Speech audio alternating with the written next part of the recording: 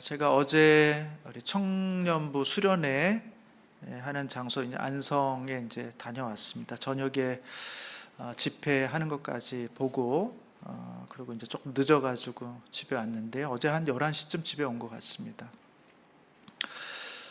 청년들이 이렇게 함께 모여서 같이 예배드리고 교제하고 찬양하고 하는 모습 보니까 참 너무 좋더라고요. 제가 힘이 되는 것 같고, 우리 교회의 내일이죠. 사실 우리 청년들은 내일이 풍성한 것 같은 그런 느낌을 갖고 이렇게 돌아왔습니다. 예배를 준비하고 기다리면서 거기 참여하신 집사님 한 분이 계십니다. 이 집사님은 작년부터 주일학교 수련회 성경학교에 늘 참석하세요. 부장님도 아니신데, 교육위원장님도 아니신데 늘 참석하십니다. 금요일 저녁 퇴근하고 거기 가가지고 아이들 사진을 찍어주시는 거예요. 그래서 이제 집사님께서 아이들 이제 활동하는 사진, 예배드리는 사진, 뭐 이렇게 식사하는 사진 늘 찍어주시는데, 작년에 이어서 올해까지도 계속해서 이제 이렇게 섬김을 해주시는 집사님이 계십니다. 집사님께 이제 감사드리면서 너무 수고가 많으신다고, 감사하다고, 애쓰신다고 이렇게 말씀드렸는데, 집사님 저한테 이제 그런 말씀을 해주시더라고요. 이제 수련회를 올 여름에도 유초등부도 갔다 오시고 청소년부도 갔다 오시고 그 다음에 이제 청년부까지 이렇게 갔다 오시면서 올해 작년과 다른 좀 특징이 있다, 이런 말씀을 해주시더라고요. 그래서 무슨 특징이 있냐 이렇게 제가 여쭤보니까, 수련회 때, 성경학교 때 작년에는 많지 않았는데 요번 성경학교, 요번 수련회 때는 우리 교회 아이들이 친구들을 데려오더라. 그래서 유초등부에도 우리 교회 아이들이 아닌데 친구들 따라서 온 친구들이 있고, 청소년부에도 또 친구들 따라서 온 친구들이 몇 명 있고, 제가 가보니까 청년부에도 친구들 따라서 온 그런 청년들이 적지 않게 있는 거예요. 그래서 그 집사님이 하시는 말씀이, 이번 수련회는, 성경학교는 이전과 다르게 새로운 친구들을 데려오는 그런 성경학교 수련회인 것 같다, 이제 이런 말씀을 하시더라고요.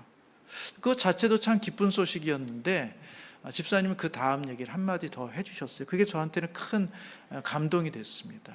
그러면서 나름대로 집사님이 해주신 평가가 뭐냐면, 자기 친구를 데려올 때는 우리 모임이 좋으니까, 우리 모임에 오면 친구가 도움이 될 것 같고 즐거워하고 행복할 것 같으니까 데려오는 거 아니겠냐, 우리 모임이 자랑스러우니까 친구를 데려오지 않겠냐 하는 말씀을 하시면서, 우리 아이들이 우리 교회 학교를 좋아하고 있는 것 같다, 우리 교회 학교를 즐거워하고 있는 것 같다 라고 이야기를 해주셨어요. 저는 그 말씀이 크게 이렇게 마음에 왔습니다. 밤늦은 시간에 제가 이렇게 쭉 운전하면서 오면서도 얼마나 좋은가, 얼마나 기쁜가. 아이들이 더 오는 것도 너무너무 기쁜 소식이지만, 그 아이들이 우리의 유초등부를, 그 다음에 청소년부를, 청년부를 좋아하고 즐거워할 수 있다는 것 자체가 얼마나 행복한가. 집사님이 유아유치부는 안 가보셔가지고, 겹쳐서 못 가셔가지고 모르시는데, 저는 유아유치부 갔다 왔거든요. 유아유치부에도 전에 못 보던 아이들이 있어요. 최근에 저희 유아유치부도 예배드리는 아이들의 인원수가 많이 늘었습니다. 작년에 비해서. 우리 아이들이 큰 것도 있고, 또 전도된 아이들, 부모님들 따라서 같이 온 아이들도 있습니다. 미래의 우리 다음 세대를 생각하시면서 하나님께서 조금씩 우리를 새롭게 긍정적으로 만들어 가신다 하는 소망을 가지시고, 우리 다음 세대를 위해서 계속 기도해 주시고 또 이렇게 후원해 주시면 감사하겠습니다. 오늘 말씀은 지난번부터 쭉 해오고 있는 하나님 나라를 꿈꾸는 성도들의 5가지 덕목 중에서 세 번째, 믿음에 대한 말씀을 나누고자 합니다. 오늘 본문도 너무나 선명하게 믿음에 대한 이야기를 하고 있죠. 5절에 보시면, 사도들이 주께 여짜오되 우리에게 믿음을 더하소서 이렇게 묻습니다. 사도들이 주님께 부탁하는 거예요. 주님, 우리에게 믿음을 더해 주십시오. 주님, 우리의 믿음이 여기에 머물러 있지 않고 조금 더 성장할 수 있도록, 성숙해 갈 수 있도록, 더 커질 수 있도록 주님, 어떻게 우리의 믿음을 더 크게 할 수 있습니까? 하고 우리 주님께서 물어보는, 또 요청하는 장면으로 시작하고 있습니다. 저는 우리 성도님들에게도 한번 묻고 싶어요. 우리 성도님들 신앙생활 하시면서 우리의 믿음이 지금보다 조금 더 나아지기를 원하십니까? 그런 마음이 있으세요? 주님이 딱 우리 곁에 나타나시면, 주님, 우리 집 좀 서울로 옮겨주세요. 우리 아이 좋은 대학 가게 해주세요. 우리 아이 취업하게 해주세요. 이 안 풀리던 문제 해결해 주세요. 이 이야기가 아니라, 주님, 어떻게 하면 우리의 믿음이 더 잘할 수 있습니까? 하는 이 질문이 처음으로 나올 수 있을 만큼 우리의 마음속에 정말 우리의 믿음, 영적인 성장을 위한 간절한 마음이 있는가라는 생각들을 해보게 됩니다. 저는 어떻게 하면 우리의 믿음이 조금 더 나아질 수 있을까? 앞으로 나아갈 수 있을까? 더 풍요로울 수 있을까? 오늘 이 본문의 말씀을 기초로 해서 우리의 믿음을 좀 증진하는 방법에 대해서 우리 성도님들과 함께 나누기를 원합니다. 믿음이란 주제를 본격적으로 다루기 전에 우리가 믿음에 대해서 조금 더 이해가 좀 필요합니다. 왜냐하면 이 믿음이, 성경에는 믿음이라고 쓰여져 있지만 우리는 그거를 하나의 의미로 받을 수가 없이 약간은 둘로 나눠진 의미로 받아들여요. 왜냐하면 믿음이 그렇게 사용되기 때문에 그렇습니다. 같은 믿음이라고 쓰고 있지만 어떤 믿음은 이런 의미로, 어떤 믿음은 조금 다른 의미로 사용되고 있다는 것입니다. 예를 들면 우리가 믿음으로 말미암아 구원을 얻는다라고 이야기할 때 그 믿음은 어떤 믿음입니까?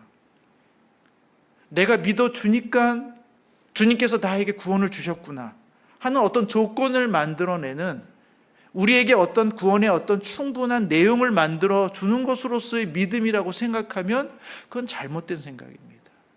믿음으로 말미암아 구원을 얻는다 하는 것은 우리의 믿음의 어떤 행위가 조건이 된다라는 것을 강조하는 게 아니라, 하나님이 은혜로 우리의 행위 없이, 우리의 노력 없이, 우리의 공로 없이 하나님의 은혜로, 하나님의 주권과 긍휼과 자비로 우리에게 은혜를, 구원을 베풀어 주셨다 하는 측면에서의 믿음이지, 이 믿음은 내가 믿을 수도 있고 안 믿을 수도 있는데, 쟤는 안 믿었지만 나는 믿었기 때문에 얻는 구원의 조건으로서 작동되는 그런 믿음은 아니라는 것입니다. 믿음을 생각할 때 첫 번째 우리가 놓쳐서는 안 되는 것은, 믿음에는 내용의 구분이 있고 우리가 믿음으로 말미암아 구원을 얻는다 할 때 이 믿음은 우리의 행위, 우리의 조건으로서가 아니라 하나님의 은혜라는 측면에서의 믿음이다 하는 사실을 기억하실 필요가 있습니다. 그것을 좀 잘 보여주는 게 로마서 4장입니다. 한번 로마서 4장을 좀 살펴보겠습니다. 로마서 4장 1절부터 3절의 말씀입니다. 성경 있는 분들은 한번 찾아보시고요. 없는 분들은 앞에 이제 구절을 좀 띄워드리겠습니다. 자, 아브라함에게 대해서 이 두 가지 믿음, 이제 앞으로 설명드릴 두 가지 믿음에 대한 요소들을 다 보여주고 있는데, 첫 번째, 행위 아닌, 구원의 어떤 공로가 아닌 측면에서의 믿음을 이야기합니다. 4장 1절에 보시면 이렇게 말하죠. 그런즉 육신으로 우리 조상인 아브라함이 무엇을 얻었다 하리요. 그러니까 육신의 조건으로서 우리 조상 아브라함이 무엇을 얻어낸 것이 있을 수가 없다는 것입니다. 2절에 보시면 만일 아브라함이 행위로서 어떤 노력과 수고와 헌신과 자기 공로로서 의롭다 하심을 받았다면 그것은 자랑할 것이 있으려니와 하나님 앞에서는 없다라는 것입니다.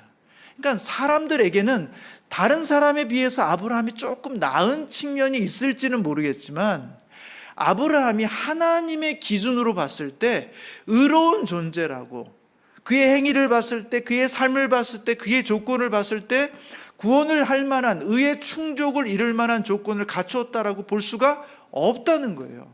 하나님의 기준으로는 그것이 안 된다는 것입니다. 그럼에도 불구하고 하나님께서 어떻게 하셨습니까? 3절에 보시면 성경이 무엇을 말하느냐? 아브라함이 하나님을 믿음에 그것이 그에게 의로 여겨진 바 되었다. 그러니까 앞에서는 행위로는 육신으로는 절대로 조건을 갖추고 있지 못하다라고 얘기하고 나서 믿음으로 의롭다 여김을 받았다라고 이야기함으로써 이 믿음이라는 것은 행위나 조건이나 자기 공로일 수 없다라는 사실을 바울은 이야기해 주고 있는 거죠. 조금 더 구체적인 사례를 말하면 할례입니다. 할례. 유대인들은 자기가 하나님의 선택된 백성이라는 것을 무엇으로 증명하고자 했는가? 그것은 바로 우리 몸에 있는 흔적, 할례를 말하는 것입니다. 유대인 남자들은 다 할례를 받았기 때문에 그 할례가 있는 한 우리는 하나님의 백성이다. 할례를 갖고 있는 조건이 하나님의 백성이라는 결과를 만들어 낸다고 생각하는 것이죠. 그러나 아브라함이 정말 그런 조건을 갖췄을 때 믿음을 의롭게 됐냐? 그건 아니라는 것입니다. 9절과 10절의 말씀인데요, 요거 한번 같이 읽어보도록 하겠습니다. 시작. 그런즉 이 복이 할례자에게냐 혹은 무할례자에게도냐? 무릇 우리가 말하기를 아브라함에게는 그 믿음이 의로 여겨졌다 하노라. 그런즉 그것이 어떻게 여겨졌느냐? 할례시냐 무할례시냐? 할례시가 아니요 무할례시니라. 아브라함이 할례를 받아서 구원을 얻은 거냐? 아니라는 겁니다. 창세기 17장에 가서야 하나님께서 아브라함에게 너와 내 자손, 네 가정에 있는 모든 남자들에게 할례를 행하라 하는 할례에 대한 명령을 17장에 주세요. 근데 하나님께서 아브라함을 의롭다, 네 믿음이 의롭다라고 말해준 것은 창세기 15장입니다. 그러니까 할례 이전에 이미 무할례 때 이미 아브라함은 하나님 앞에서 믿음으로 의롭다라고 인정을 받았다는 거예요. 이게 바로 성경이 말하는 겁니다. 그래서 우리가 믿음으로 구원을 얻는다라고 이야기할 때 이 믿음은 우리의 행위, 우리의 조건, 무엇을 더 쌓을 수 있는, 우리가 노력해서 쌓을 수 있는 어떤 것으로서의 믿음이 아니고 하나님께서 우리 가운데 주신 은혜라는, 행위가 아니라는 측면에서의 믿음이다라는 사실을 기억하실 필요가 있습니다. 이게 첫 번째 믿음의 개념이에요. 그래서 어떤 분들은 그래도 이렇게 고집하시는 분들이 있어요. 그래도 저 사람은 안 믿고 나는 믿어서 내가 구원받은 거 아니냐, 내가 그 믿음이 있어서 구원 얻은 거 아니냐라고 이 믿음의 자기의 자기의 공로를 말하려고 하는 사람들이 있습니다. 예를 들면 이런 경우랑 비슷해요. 만약에 어떤 사람이 불치병에 걸렸다고 생각해요. 제가 그랬다고 생각해 보겠습니다. 그래서 현대의학으로는 고칠 수가 없어요. 그래서 그냥 죽음을 맞아들여야 될 수밖에 없는 그런 형편에 있는데 믿을 만한 사람이 이야기해 주는 거예요. 저 나라에 가면 신비로운 약이 있는데 우리나라에는 소개가 안 됐지만 그 약은 이 병을 고칠 수 있는 효과가 있다. 그 나라에선 다 검증이 됐다. 우리에게만 소개가 안 된 약인데 그 약을 먹으면 너도 나을 수 있다. 이렇게 얘기해 준 거예요. 그냥 모르는 사람이 그랬으면 사입인가 약팔인가 그렇게 생각했을 텐데 너무너무 내가 신뢰하고 믿을 수 있는 사람이 그런 얘기를 해주니까 그래? 그럼 한번 그 약을 좀 구해서 달라. 그래서 그 약을 제가 딱 먹었어요. 그리고 제가 낫어요. 자, 그러면 제가 어떻게 치유함을 받은 거죠? 이렇게 주관식으로 드리면 답하기가 어려우시죠? 객관식을 드리겠습니다. 그 약의 효능 때문에 난 겁니까? 아니면 제가 먹어서 난 겁니까? 약의 효능이 아무리 있어도 제가 안 먹으면 어떻게 나아요? 두 개 다 맞죠? 근데 우리는 뭐라고 얘기해요? 내가 먹어서 낫다고 얘기하는 사람은 없습니다. 아무거나 먹는다고 낫는 게 아니에요. 먹는 행위 자체가 공로가 될 수가 없어요. 먹는 행위 자체가 치유가 될 수가 없어요. 나을 수 있는 유일한 길은 그 약의 효능이에요. 그 효능이 나를 살린 겁니다. 그러니까 여기서 말하는 하나님의 은혜가 나를 살린 거지 내가 믿었으니까 내가 구원을 받은 것이다 이렇게 얘기할 수가 없다는 거예요. 그런 측면에서의 믿음이다라는 사실을 먼저 기억하시면 돼요.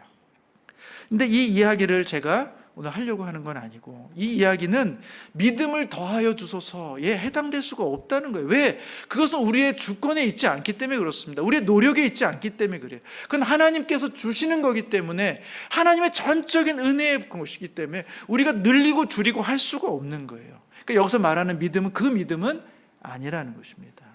또 하나의 믿음이 있어요. 그 믿음이 우리가 생각하는 보통의 믿음입니다. 믿음이 많다, 적다, 믿음이 있다, 없다, 믿음이 크다, 작다 말할 수 있는 그 믿음, 그게 바로 성경에서 말하는 또 하나의 믿음이라는 거예요. 여러분 한번 로마서 4장 우리 찾은 김에 18절을 한번 보시죠. 아브라함 이야기를 하면서 그 믿음에 대한 이야기를 또 해주고 있습니다.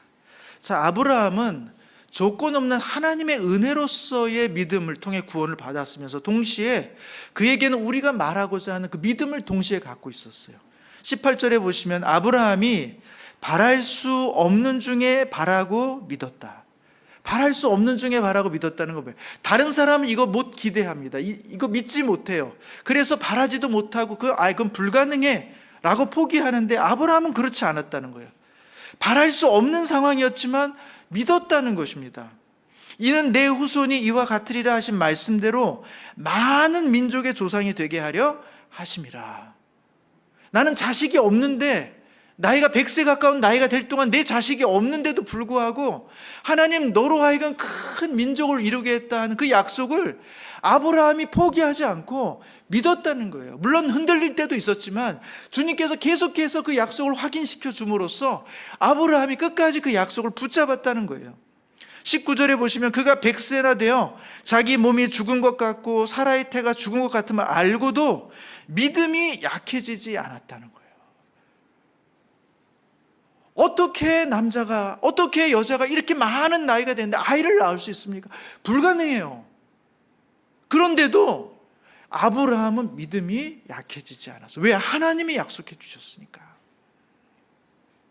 20절에 보시면 믿음이 없어 하나님의 약속을 의심하지 않고 믿음으로 견고하여져서 하나님께 영광을 돌리며 약속하신 그것을 또한 능히 이루실 줄을 확신하였으니 그러므로 그것이 그에게 의로 여겨졌느니라. 해서 이 로마서 4장에는 아브라함의 믿음의 두 가지 측면, 하나님이 은혜로 주신 그 구원으로서 의롭게 되심의 측면에서의 믿음과 아브라함이 가질 수 있는, 어떻게 보면 아브라함의 공로라고 말할 수 있는, 아브라함만이 가지고 있는 그 믿음의 독특함과 풍성함을 소개해 줌으로써 우리 안에 두 가지 믿음이 존재한다라는 사실을 설명해 주고 있습니다.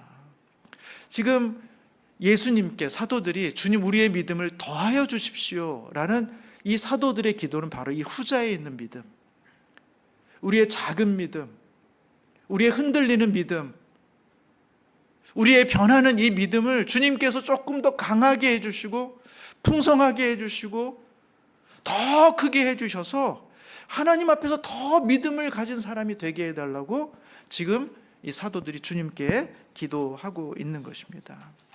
과연 우리의 믿음은 어떻게 성장할 수 있을까? 믿음은 어떻게 자랄 수 있는가?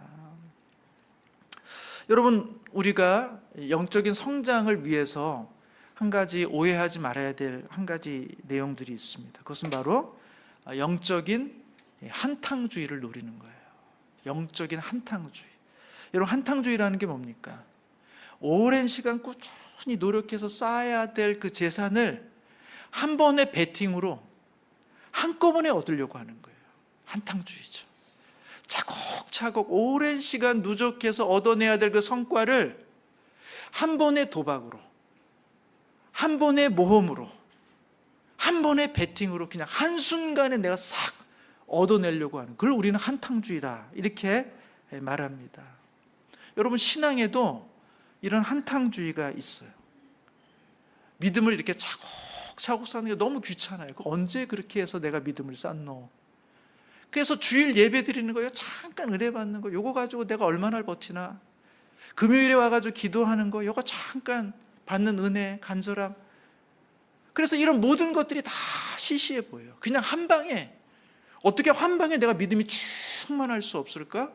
해가지고 어떻게 합니까? 부흥회를 찾아가고 기도원을 찾아가고 대형 집회를 찾아가고 유명한 목사님 찾아가고 늘 그런 데 찾아가가지고 거기서부터 뭔가 내가 10명 중에 1명은 걸리리라, 내가 10번 중에 1번은 은혜를 받으리라, 한 번 내가 충만히 채워지면 그 충만한 기쁨으로 내가 영원히 살 수 있을 것처럼 그런 충만한 은혜의 한탕주의를 가지고 살아가는 사람들이 존재한다는 것입니다. 마치 차의 기름이 바닥이 나서 빨간불이 깜빡깜빡할 때 충전한 것이 이제 다 소모돼서 이제 5% 3%밖에 남지 않았습니다. 빨리 충전하십시오. 그 순간이 됐을 때 주유소로 가서 충전소로 가가지고 그냥 만땅으로 꽉 채우고 이제는 됐다 하고는 그냥 그 만땅이 온전히 나의 삶을 계속해서 유지해 줄 수 있는 것처럼 생각하면서 살아가는 그런 신앙생활. 여러분, 이것이 얼마나 우리에게 위험할 수 있는가 하는 것입니다.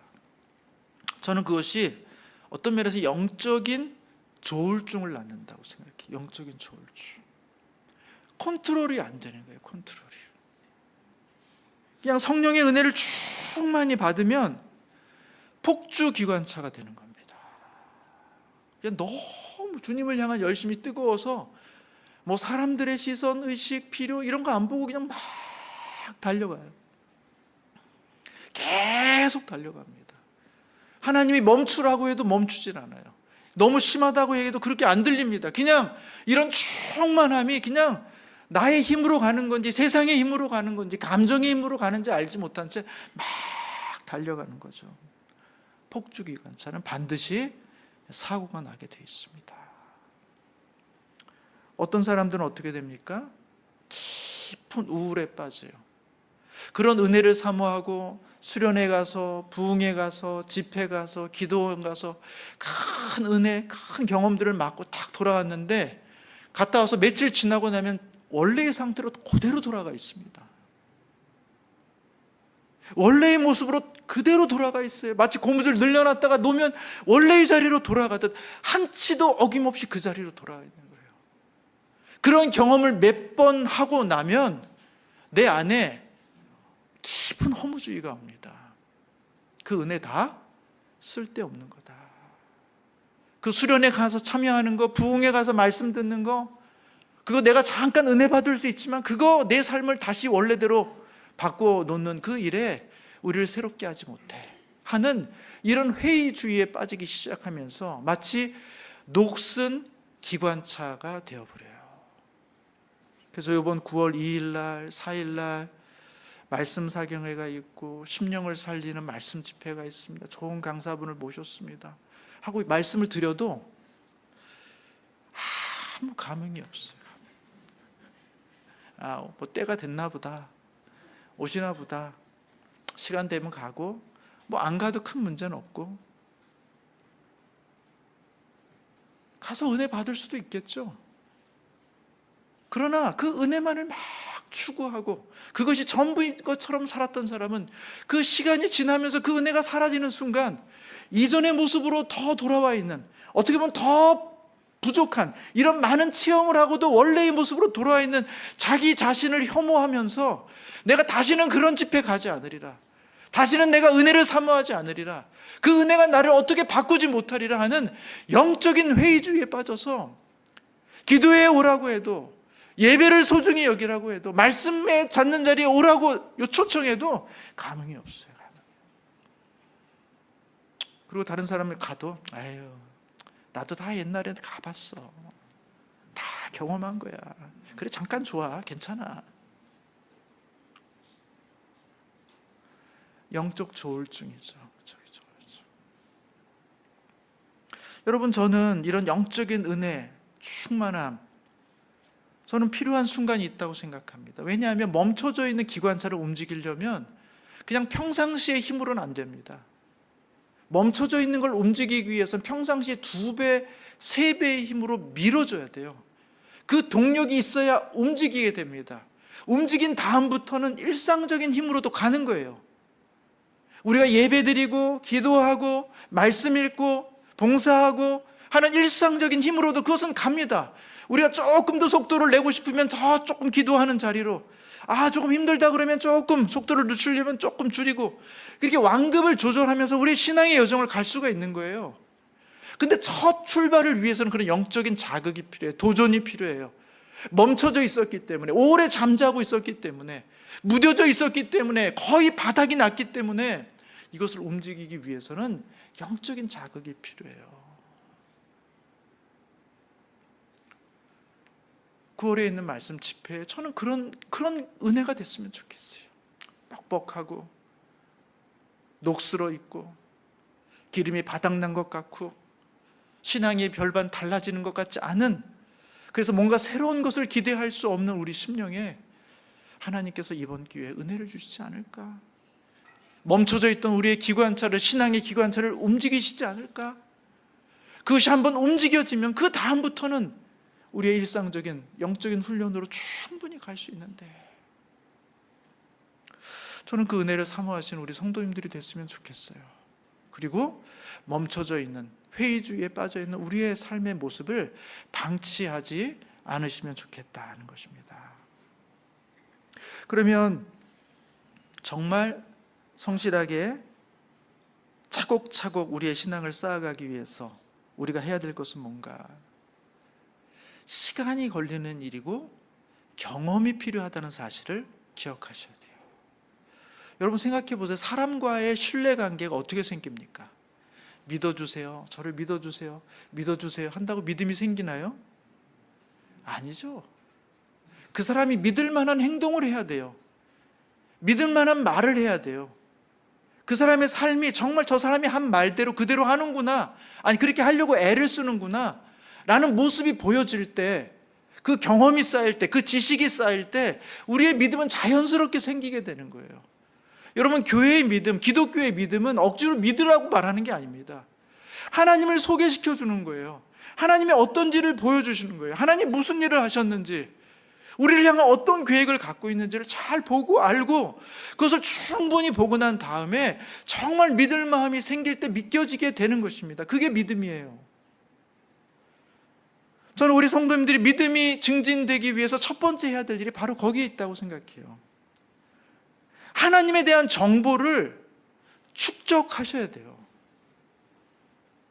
성경 전체가 하나님에 대한 이야기를 하고 있잖아요. 이 모든 걸 한꺼번에 우리가 다 짧은 시간에 흡수할 수는 없어요. 어느 부분이든지 괜찮습니다. 우리가 읽기 좋은 부분으로부터 시작해서 하나님이 자기를 드러내신 책이잖아요. 자기를 소개해 준 책이잖아요. 하나님을 경험한 사람들, 하나님을 믿었던 사람들, 한두 사람이 아니라 한 시대가 아니라 수백 년, 수천 년의 시간을 통해서 하나님을 경험한 사람들이 내가 본 하나님은 이런 하나님입니다, 우리 하나님은 이런 역사를 이루십니다 하는 그 모든 기록이 성경 안에 담겨져 있잖아요. 성경을 보지 않고 어떻게 우리가 하나님을 믿을 수가 있나요? 덮어놓고 믿으면 잘못된 믿음 될 수 있습니다. 펼쳐놓고 믿으셔야죠. 읽어가면서 믿으셔야죠. 정말 믿을 만한가 확인하면서 믿으셔야죠. 그게 우리의 믿음이 돼야 되는 거예요. 덮어놓고 믿는 게 아닙니다.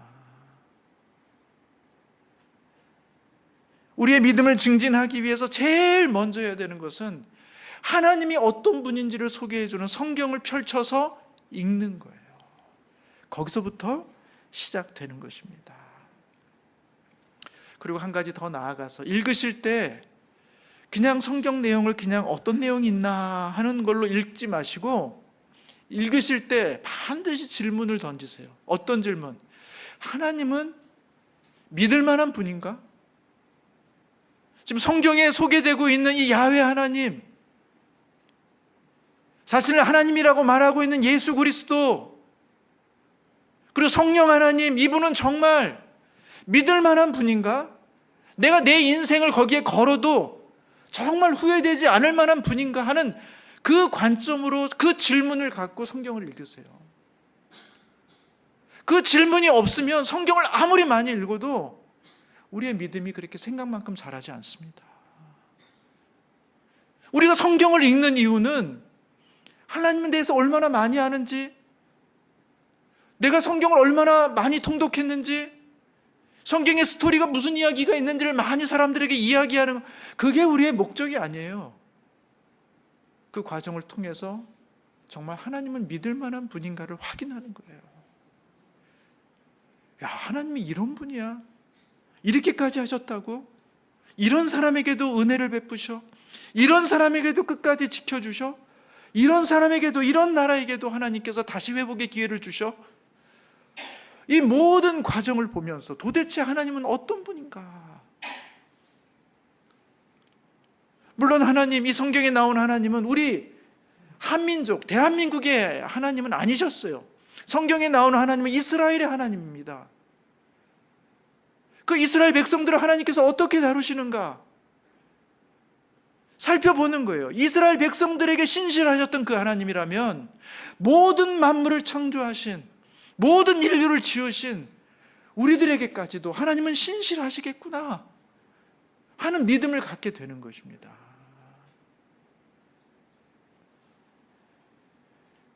질문, 하나님은 믿을 만한가?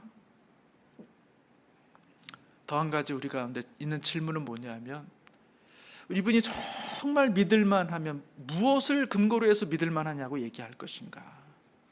여러분, 아이들은요, 엄마 아빠가 잘해주면 좋고 자기 뜻대로 안 해주면 싫은 거예요.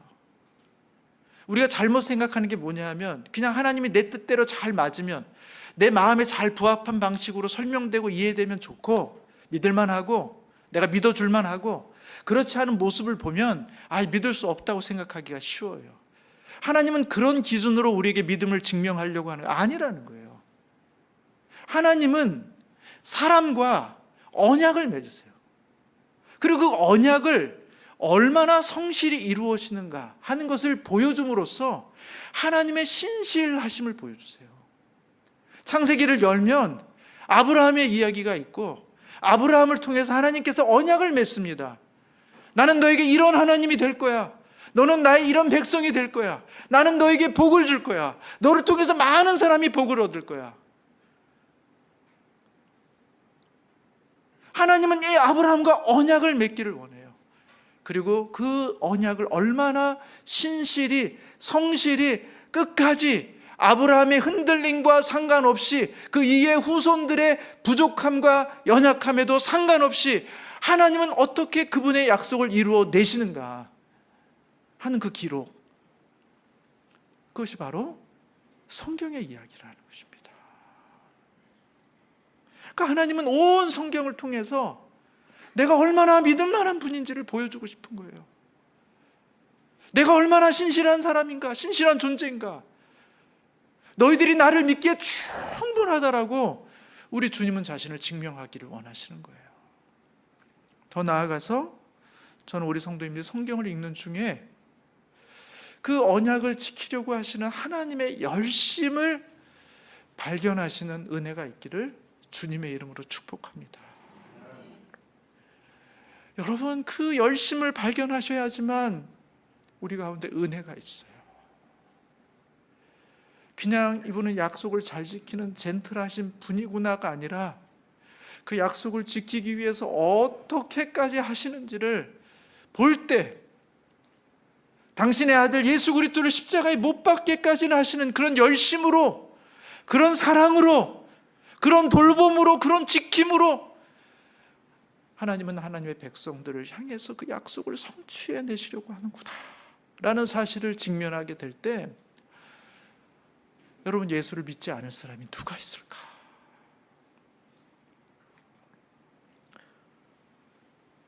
그 마음, 그 열정, 그 눈으로 성경을 읽으시고 그 성경을 통해서 하나님을 더욱더 믿는 믿음의 자리로 나아가시는 우리 성도님들 되시기를 주님의 이름으로 축복합니다. 또 하나는 그 성경의 하나님이 우리의 삶에 현재적으로 역사하고 있다는 사실을 경험해야 돼요.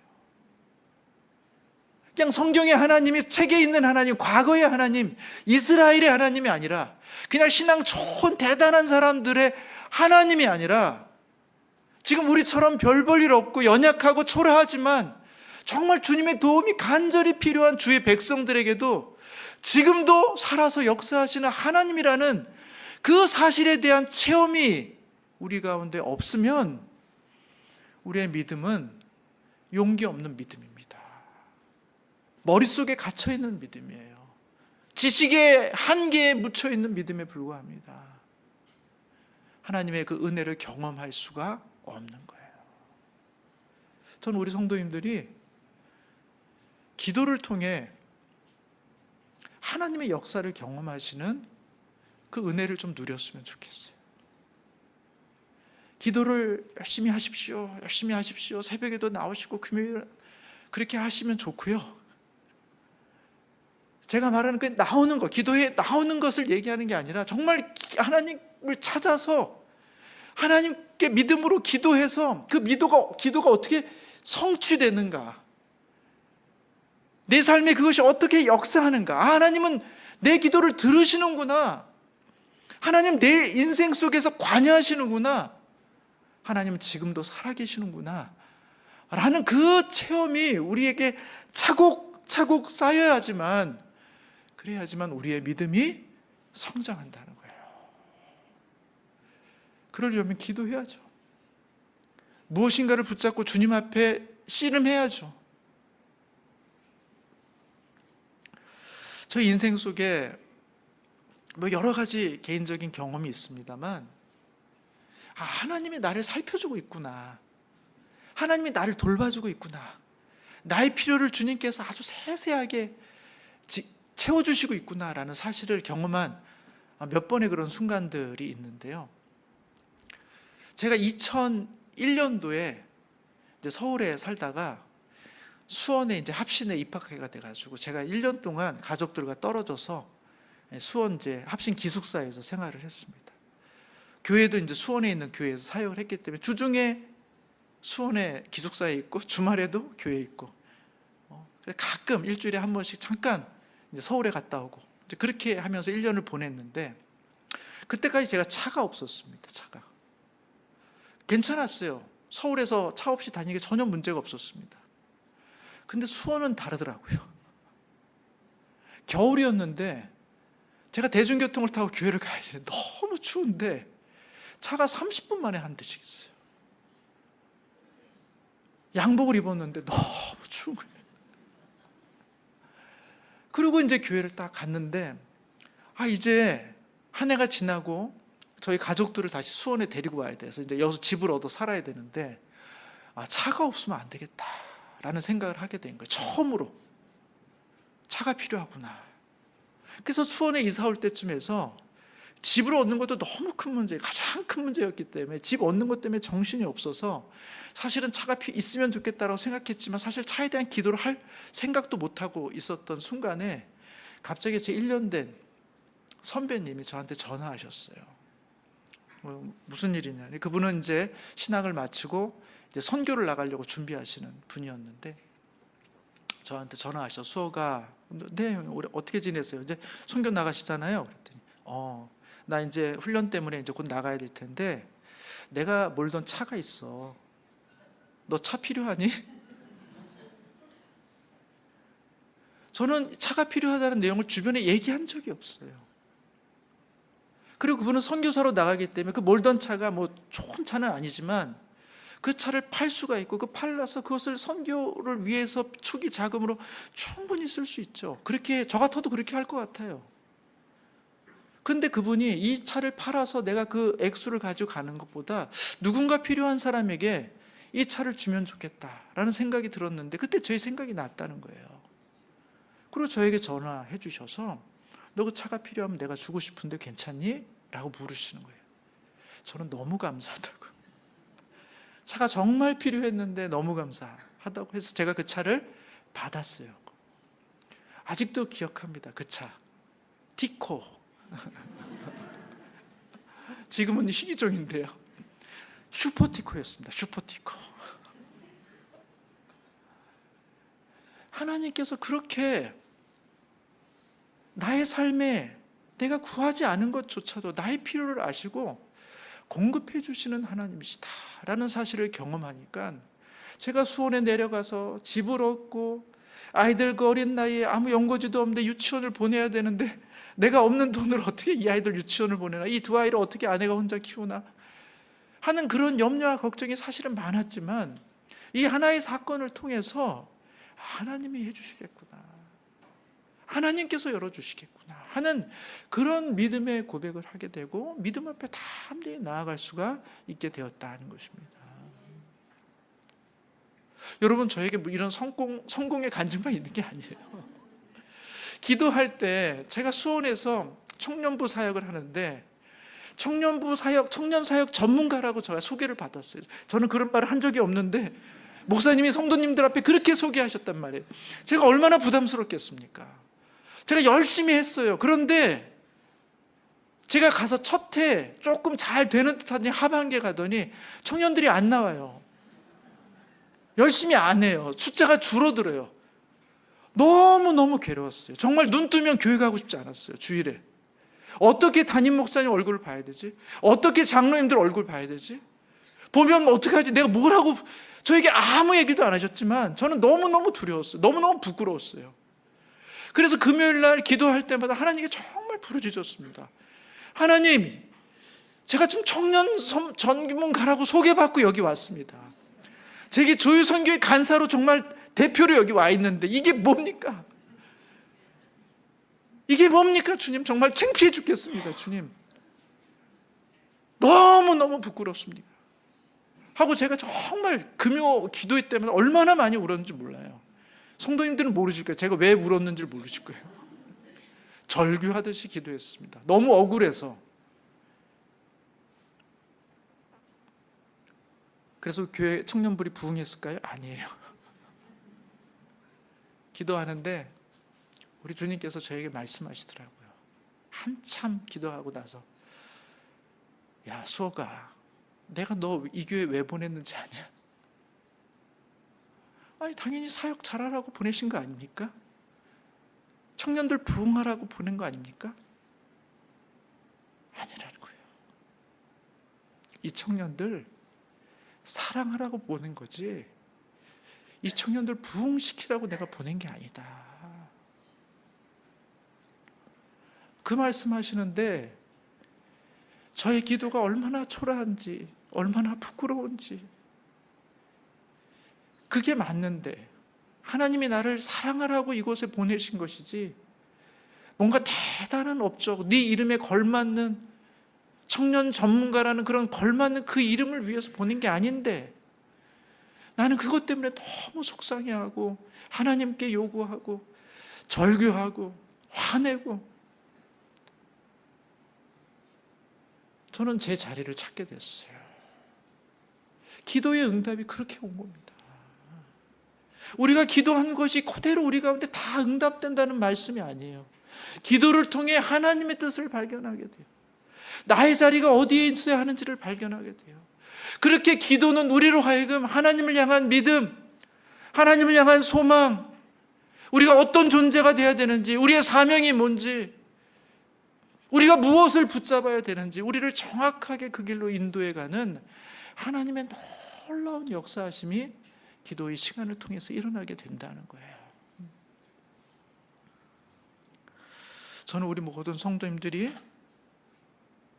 하나님 앞에 믿음이 증진되는 성도님들이 됐으면 좋겠어요. 매일매일